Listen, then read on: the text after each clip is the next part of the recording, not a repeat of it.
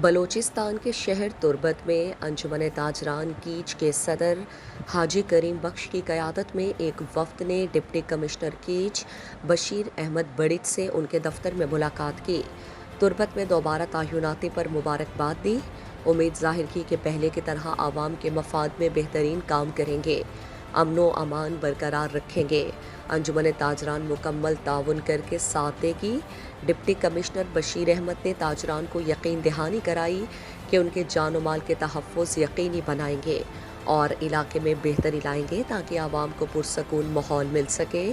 اس موقع پر غلام اعظم دشتی، جمال مری، اسحاق دشتی، عبدالحکیم دشتی، D C کے P S شیر جان بلوچ اور دیگر موجود تھے۔